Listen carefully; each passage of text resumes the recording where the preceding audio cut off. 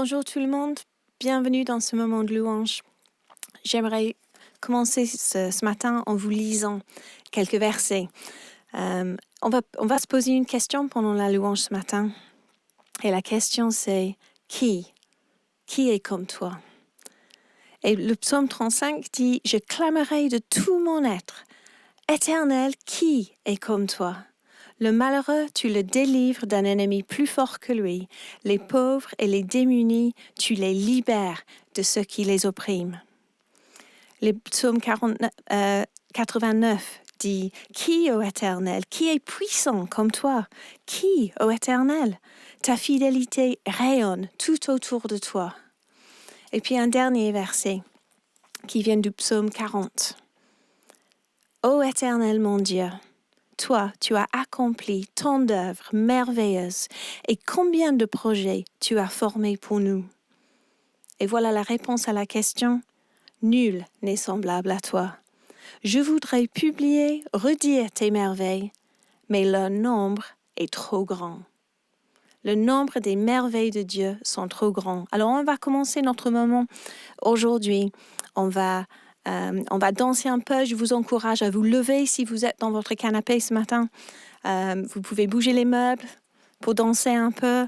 On va avoir un peu d'aide pour nous encourager dans notre danse. Donc, je vous encourage à regarder bien parce que les enfants vont danser. Les enfants chez vous, vous pouvez danser aussi. Et on va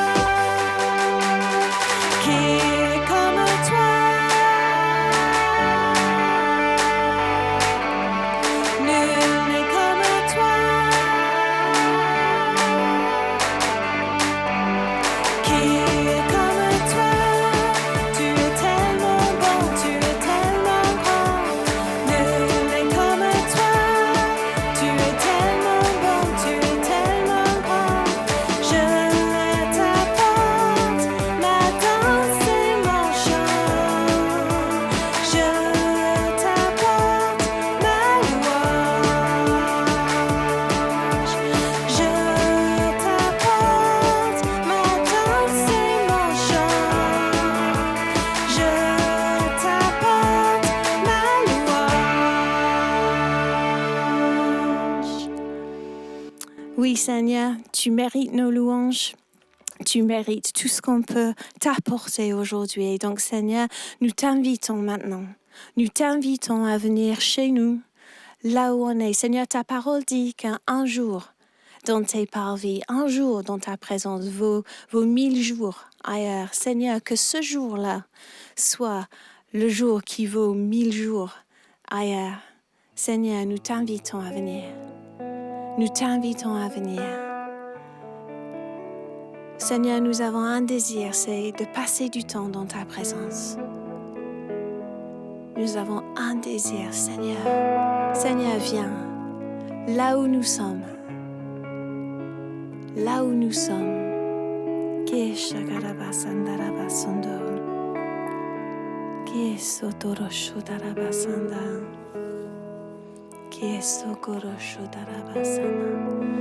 Seigneur, viens dans cet endroit. Viens, Seigneur. Nous sommes entrés dans ta présence. Nous sommes entrés dans ta présence avec reconnaissance, avec nos louanges, Seigneur.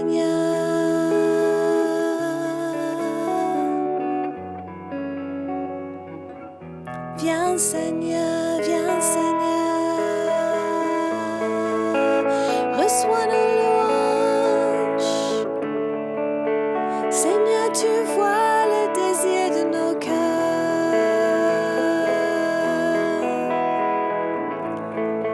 Viens, Seigneur, viens, Seigneur. Manifeste-toi ici parmi nous.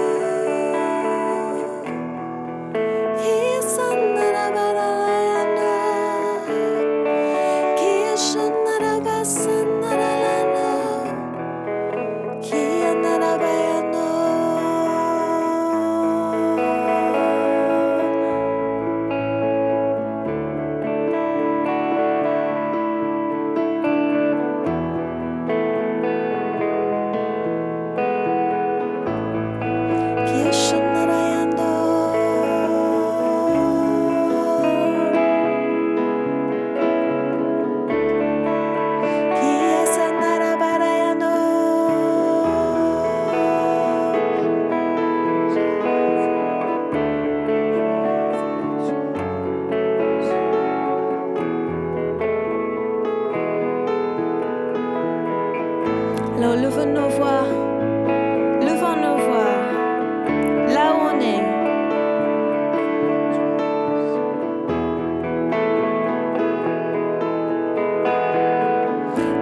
Dis à Dieu combien tu veux de sa présence.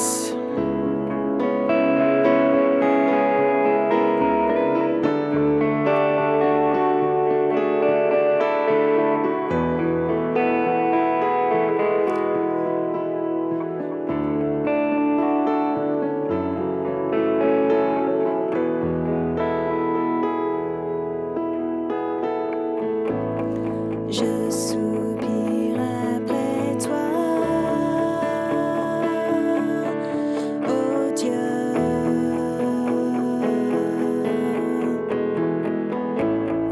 Mon âme a soif de toi, Seigneur, je m'abandonne à toi. J'élèverai mes mains en ton nom.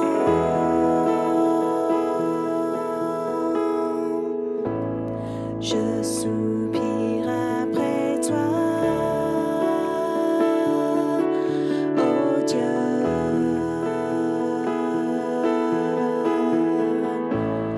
Mon âme a soif de toi,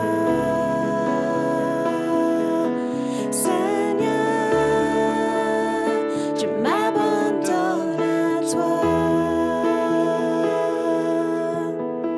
J'élèverai mes mains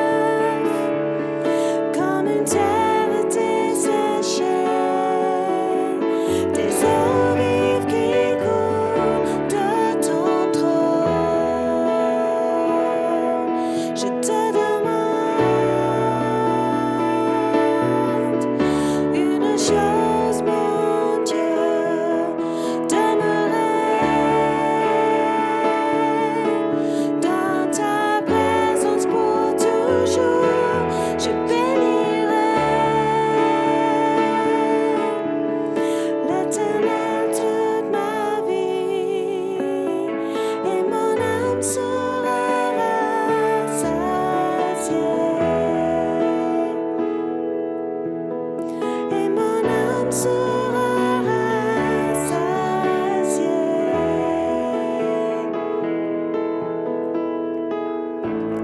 Je soupire après toi,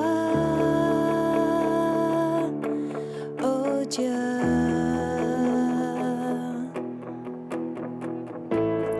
Mon âme a soif de toi,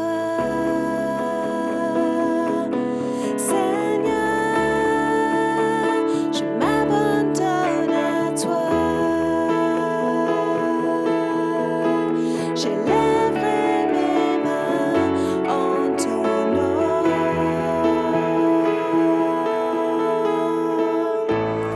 Je soupire après toi,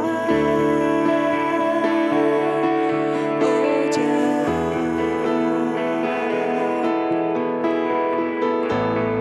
Mon âme a soif de toi,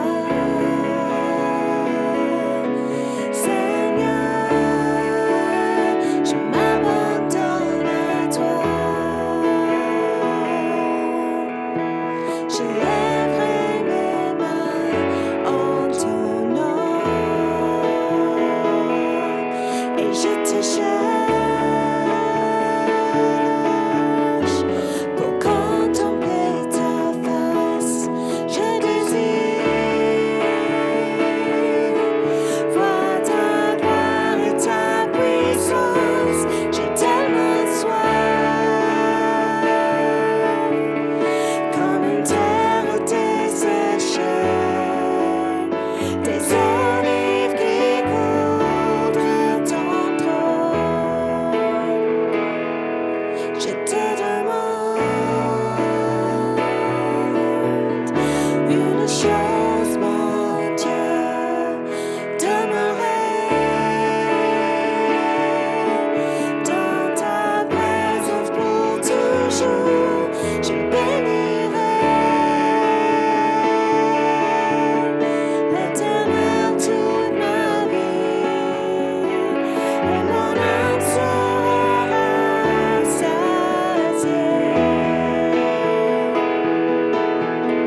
Et mon âme sera rassasiée. Et je te cherche pour contempler ta face.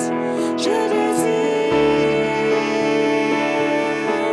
voir ta gloire et ta puissance. J'ai tellement soif, comme une terre desséchée, des olives qui coulent de ton trône. Je te demande une chose, mon Dieu, demeurer dans ta présence pour toujours. Je bénirai l'Éternel toute ma vie, et mon âme sera rassasiée.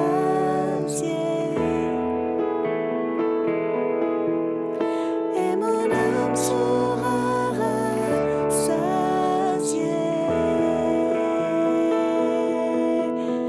Et mon âme sera rassasiée. Et mon âme sera rassasiée.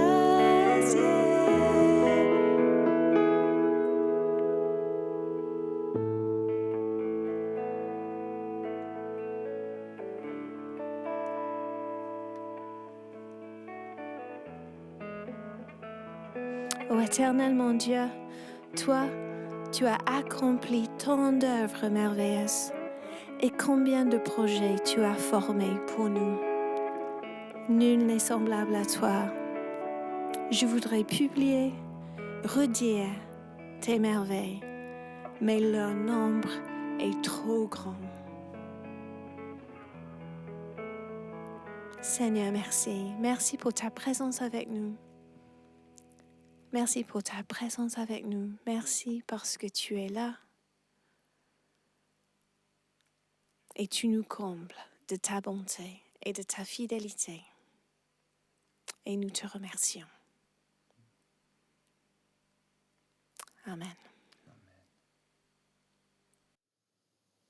Bonjour les amis, j'espère que vous allez très bien, que vous êtes enflammés, bouillants pour Dieu, malgré les circonstances difficiles.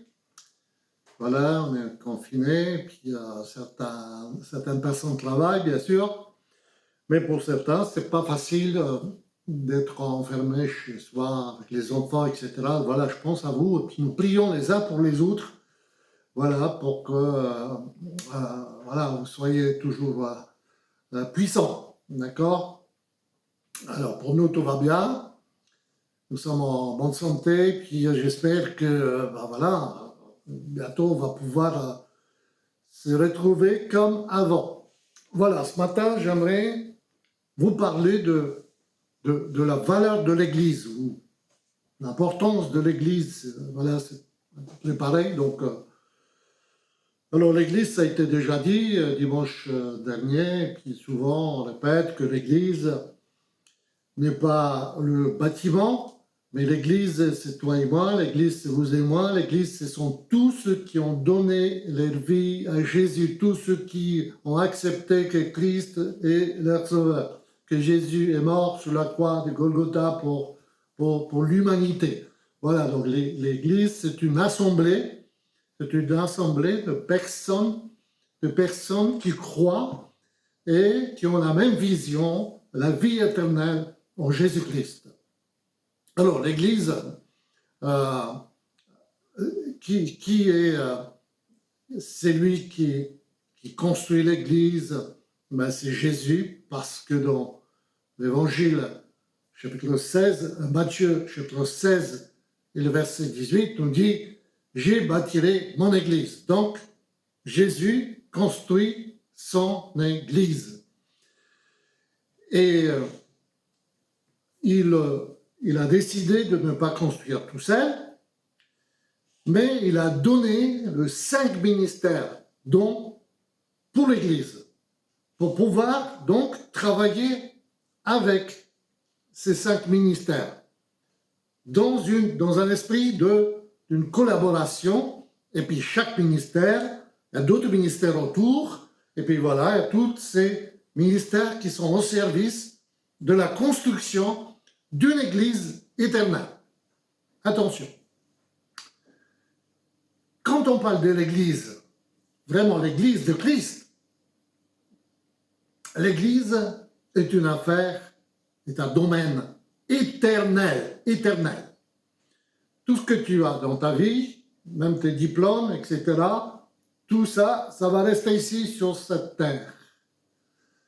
Les années passent très vite, et puis tout ce qui va rester, finalement, c'est ce que tu vas construire par les billets de l'Église pour l'éternité. L'Église est éternelle. Donc nous sommes en train de construire avec Jésus une Église éternelle. Et donc, vous savez bien que c'est Jésus lui-même qui est mort pour l'Église. Il a souffert. Et puis ensuite, il a envoyé son esprit à l'Église pour confirmer finalement la vérité, confirmer sa présence. Et plus tard, il reviendra, il y aura un jour, il reviendra un jour pour son Église. Donc vous voyez l'importance de l'Église. Alors la Bible emploie plusieurs noms donnés donc à l'Église. L'Église est comparée à plusieurs choses. Donc la Bible nous dit que l'Église, c'est un corps. Un corps. Et quand on pense à un corps, on pense à l'unité. Le corps est uni. Le corps a une tête, pas deux. Et puis le corps avance dans la même direction en fonction de la tête. Beaucoup de choses à dire dans ce domaine-là, mais ce n'est pas mon sujet. Ensuite, la Bible compare aussi l'Église à une épouse. Donc là, on peut penser au respect, aux fidélité, l'engagement, etc. Une Église est comparée aussi à une famille. C'est aussi la question d'unité, la famille unie. Il y a toujours la père, le couple, les enfants, et puis ensuite, voilà, la famille qui vit dans un esprit d'unité.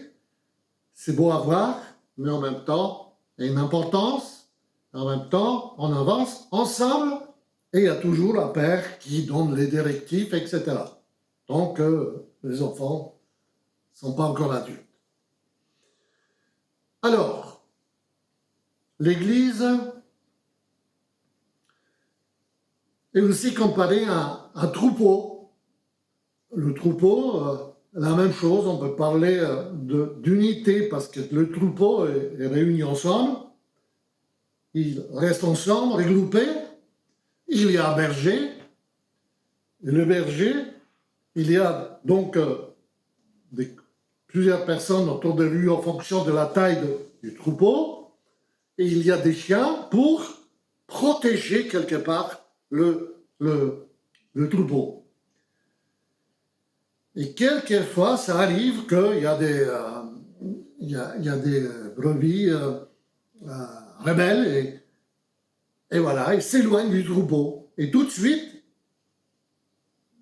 le brebis qui s'éloigne du troupeau s'expose au danger parce qu'il n'est pas protégé. Et puis, plus loin, ben voilà, il y a des loups qui rôdent autour du troupeau et ils attendent un moment quand ils peuvent arracher une brebis du troupeau. Voilà, c'est la même chose. Ça se passe aussi dans l'Église. Il faut rester ensemble. Donc, la question de l'unité ensemble. Et il y a des ministères aussi pour protéger l'Église locale et puis ensuite l'Église universelle.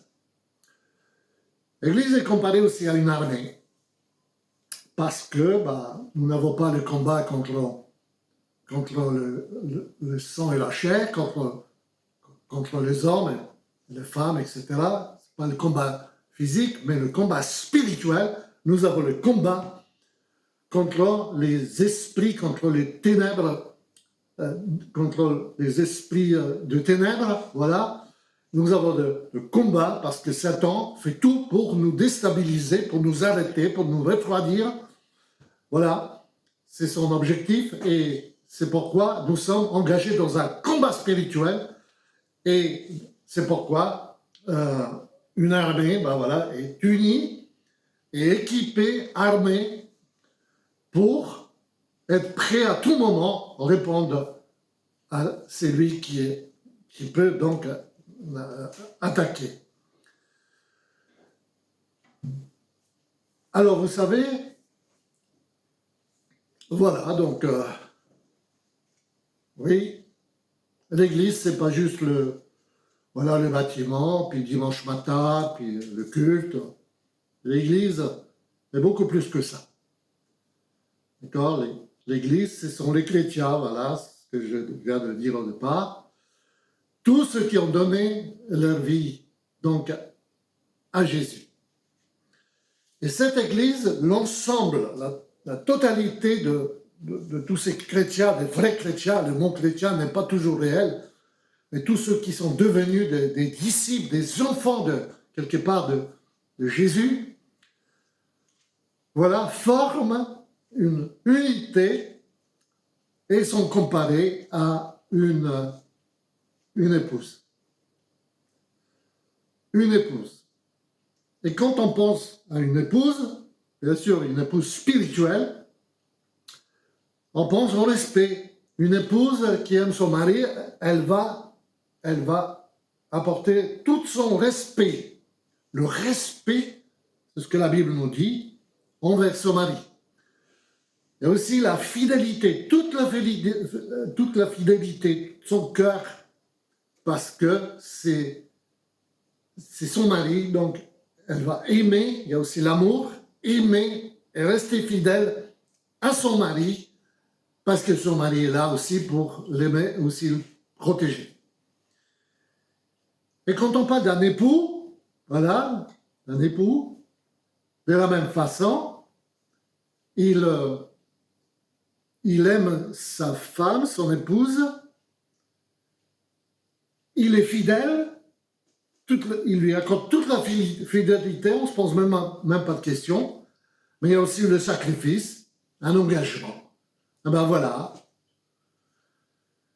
nous en tant que l'Église, nous sommes fiancés à Jésus en tant qu'un époux, en tant que celui qui a payé le prix pour nous. Donc, on lui doit le respect, la fidélité, au travers de toute notre vie, même nos pensées, nos actions, notre foi, nos engagements personnels. Voilà, nous devons le respect en tant qu'une épouse. Voilà, on est au départ fiancé et on devient une épouse et on apporte tout le respect envers notre époux et la fidélité. Il n'est pas question de regarder à droite à gauche, de se détourner vers les péchés, vers l'infidélité, pour commettre quelquefois adultère spirituel, mais voilà, l'épouse est fidèle à son époux, voilà, Jésus-Christ, et parce que l'épouse aime son mari, son époux. Et puis quand on pense à Jésus en tant qu'époux, voilà, de la même façon, il nous a aimés. Il est venu sur cette terre pour nous sauver, pour nous libérer de la condamnation éternelle.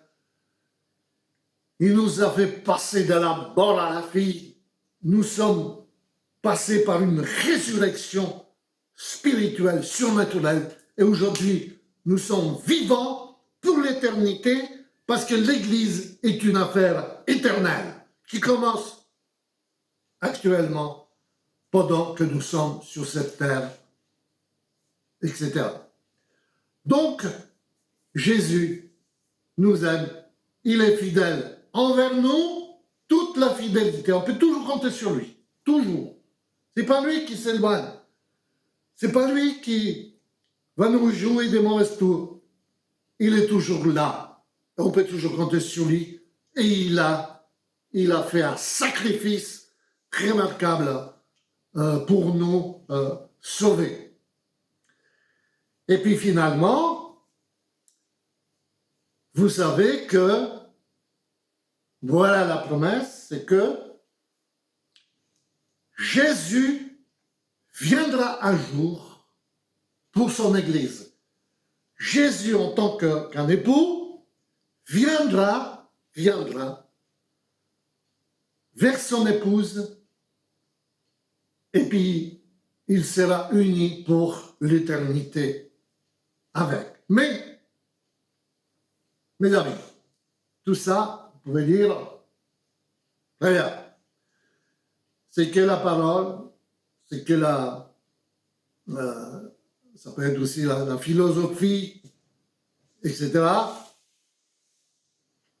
Mais est-ce que c'est vraiment la réalité, le fait que nous sommes une épouse de Jésus, en tant qu'un époux?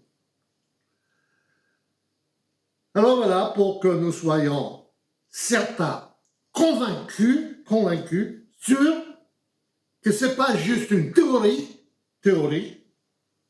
la connaissance, l'histoire, ah ben il s'est engagé à faire quelque chose exceptionnel vis-à-vis de son épouse spirituelle, vis-à-vis de son Église.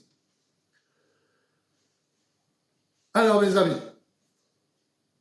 pour ce que je viens de vous dire, on va lire, pour confirmer cette pensée, 2 Deuxième Corinthiens, donc deuxième épître aux Corinthiens, chapitre 11, et le verset 2 nous dit « Car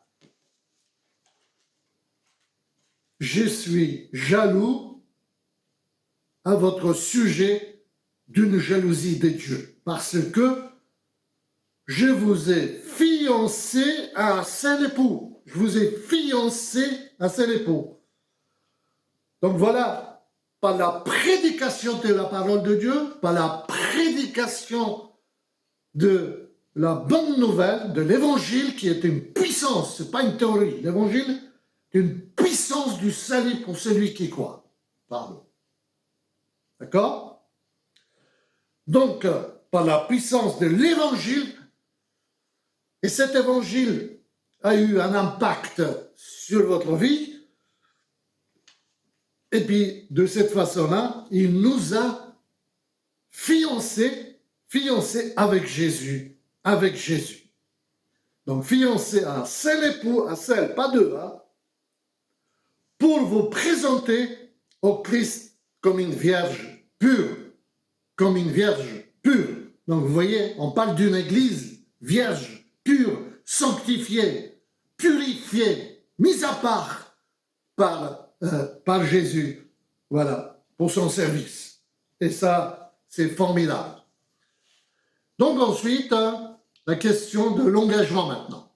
Voilà, c'est bon? J'espère que vous êtes tous avec moi, que tout se passe bien. Voilà, donc il est question de cet engagement de Jésus envers nous, avec l'Église. Éphésiens, le premier chapitre, les versets 13 et 14. En lui, vous aussi, après avoir entendu la parole de la vérité, l'évangile de votre salut. L'évangile de votre salut. En lui, vous avez cru et vous avez été scellés du Saint-Esprit qui avait été promis. La promesse de Jésus est descendue, nous est donnée, accordée par Jésus, et la première église primitive a vécu cette expérience et ça continue et nous sommes toujours concernés. Donc, vous avez été scellés, donc cette démonstration surnaturelle, ce n'est pas juste une expérience, mais une démonstration qui devient une expérience, mais une démonstration qui confirme la parole de Dieu. Vous avez été scellés du Saint-Esprit qui avait été promis, donc la promesse, et qui constitue les gages. Chaque mot est important. Le gage. Le gage, c'est juste un acompte. C'est Dieu est en train de il nous a donné une partie. Allez, goûtez, vivez, réjouissez-vous déjà partiellement, parce que la totalité arrive, la plénitude arrive. Bientôt, nous vivrons dans l'éternité. Donc, constitue les gages de notre héritage. Vous voyez, on a une partie de l'héritage. Formidable, hein? Qu'est-ce que tu penses? C'est bon? En vue de la rédemption de ceux que Dieu s'est acquis pour célébrer sa gloire.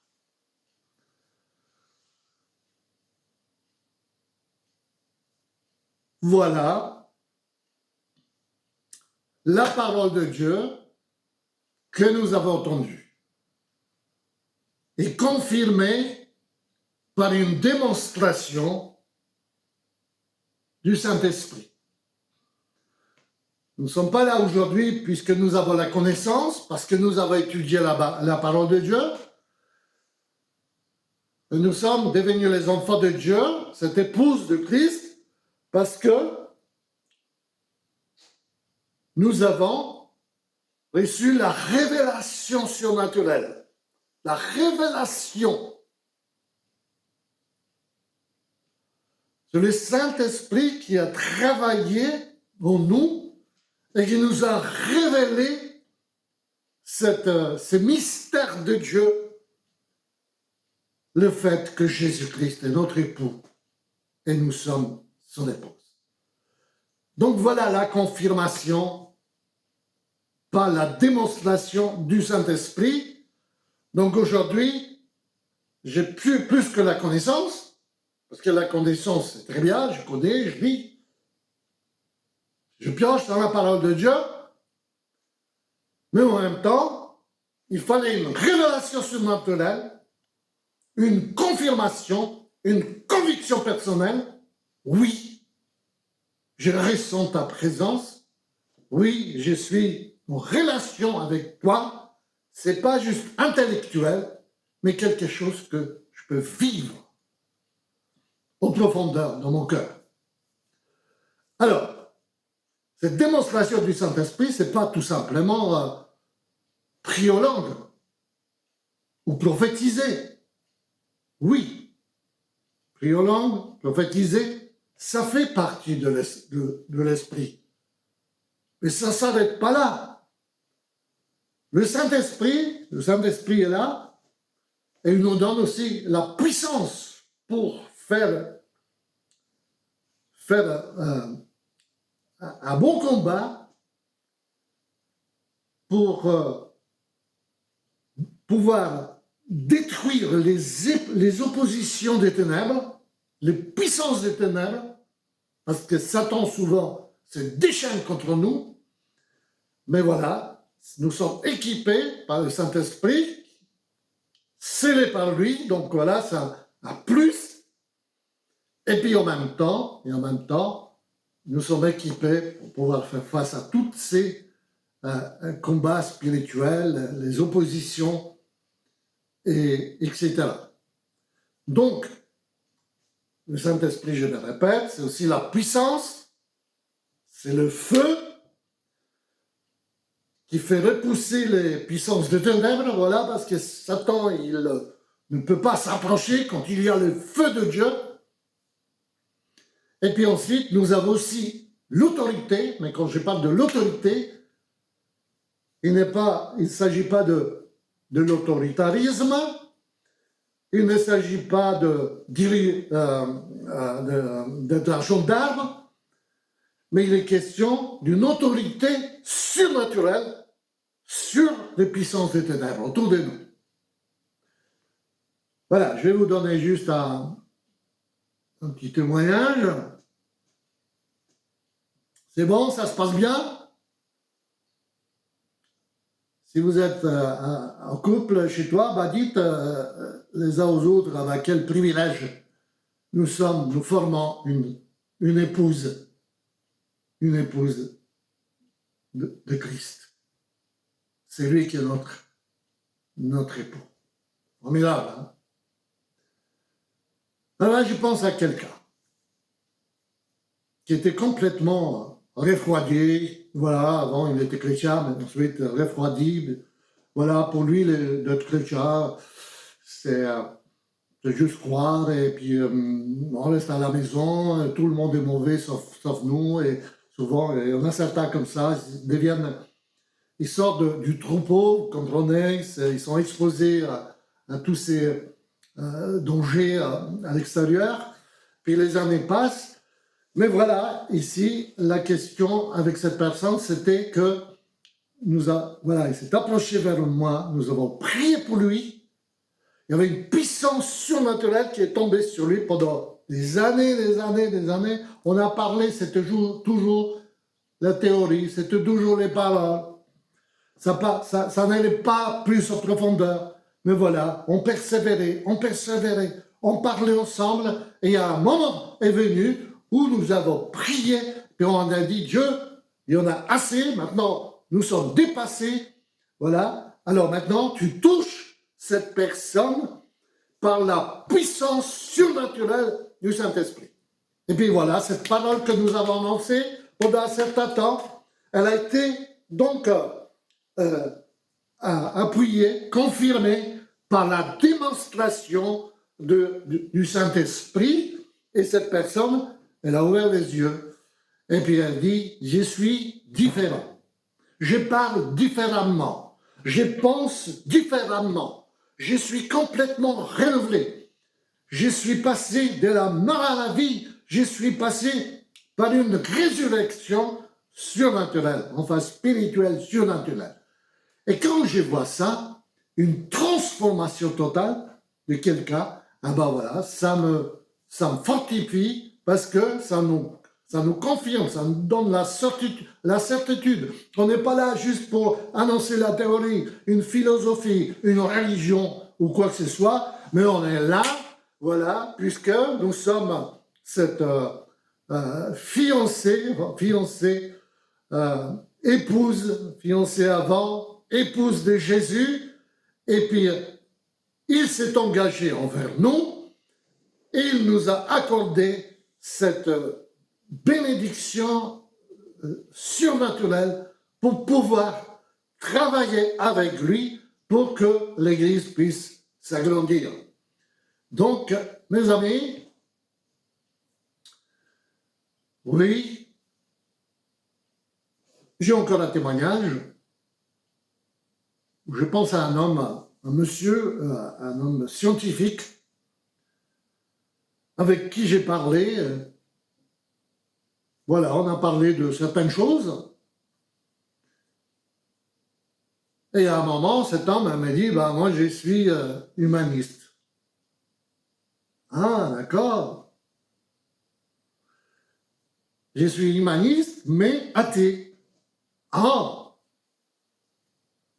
j'ai dû réfléchir finalement pour comprendre ce qu'il voulait me dire. Je suis humaniste, humaniste, mais athée.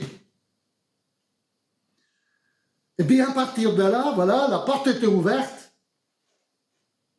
pour pouvoir parler avec lui de Dieu. Et puis je lui ai dit, vous savez, il faut avoir beaucoup de foi pour dire « je suis athée ». Et il a réfléchi et il m'a dit, bah, oh, il n'y a jamais personne qui m'a parlé comme ça. C'est vrai, ça m'interpelle. Parce qu'on se fait une philosophie que je suis athée, mais finalement, en tout moment, je suis conscient qu'il doit y avoir quelque chose. Ah ben, je dis voilà. Et puis ensuite, on continue de parler, et puis cet homme, ce monsieur me dit, il me cite le verset de la parole de Dieu, de la Bible, et je me suis rendu compte qu'il connaissait peut-être mieux la Bible que moi, par cœur, attention, hein, par cœur, un athée, qui connaît la Bible par cœur, il me cite le verset. Et il dit, il est écrit là, la Bible dit ça, mais il dit, tout ça c'est l'histoire, ça n'a pas de valeur. Et il me cite le verset comme ça, il me cite le verset comme ça.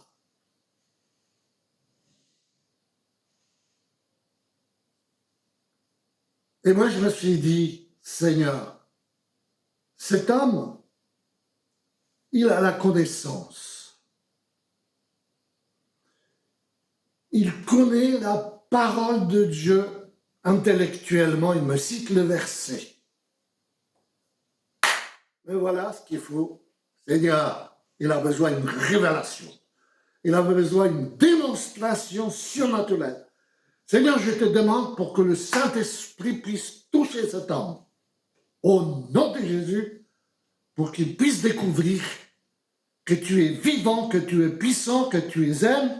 Et voilà, que tu nous appelles tous pour que nous soyons, quelque part, le membre de ton Église. Pas d'une religion, d'une philosophie, voilà, de certaines thèses intellectuelles, etc. Mais pour que nous soyons vraiment une Église unie, voilà, qui fait partie de cette Église qui s'est construit par Jésus en tant qu'un époux, et puis l'Église comme une épouse, et puis sachez qu'il y aura un moment remarquable, puissant, une grande fête, mais je vais vous parler de ça la prochaine fois. Jésus reviendra à son Église. Et puis ensuite, il y aura une grande fête et nous serons unis pour l'éternité avec Jésus. Voilà la valeur d'une Église. Ne restez pas hors de l'Église. Ne devenez pas j'appelle ça des électrolibres. N'essayez pas de développer toutes sortes de théories, de doctrines, etc. Mais venez,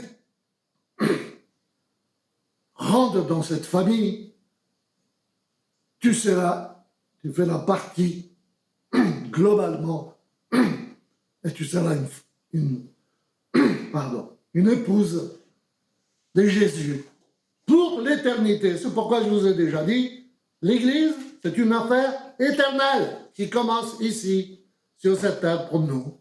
Voilà. J'espère que vous m'avez compris et que vous avez compris que c'est une réalité. Voilà. Alors mes amis, on va prier maintenant pendant quelques instants. On va se concentrer dans la prière. Surtout restez encore avec moi. J'aimerais prier pour les enfants. J'aimerais prier pour les ados, pour les jeunes, pour les couples jeunes, pour les personnes seules, pour qui le moment n'est pas difficile, pour les familles. J'aimerais prier pour que vous soyez vraiment conscients que nous avons vraiment un privilège, que Dieu nous a accordé une faveur surnaturelle de devenir son enfant, faire partie d'une grande famille et être cette épouse fidèle à Jésus-Christ, qui est notre époux. Seigneur, Père éternel, je te demande une bénédiction surnaturelle sur tous ceux qui écoutent ce matin ce message et tous ceux qui vont écouter dans les jours, les semaines, peut-être les mois qui viennent. Que tu puisses accorder la bénédiction pendant ce moment de confinement encore, pendant quelques jours, pour les enfants, les ados, les jeunes, les couples. Refuse au nom de Jésus que le couple soit brisé par la puissance des ténèbres. Nous proclamons la victoire pour chaque couple, au nom de Jésus. Je prie, Seigneur, pour la famille, que la famille reste unie. Il n'y a pas de dispute.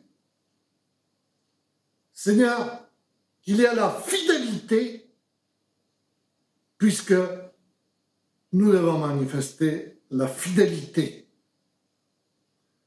Je te prie, Seigneur, pour ceux qui ont des difficultés au niveau des finances, la même chose, que la bénédiction soit là aussi. Ceux qui travaillent, merci, Seigneur. On t'apporte notre reconnaissance pour tout ce que tu as fait pour nous. Amen. Que Dieu vous bénisse. À la prochaine. À bientôt.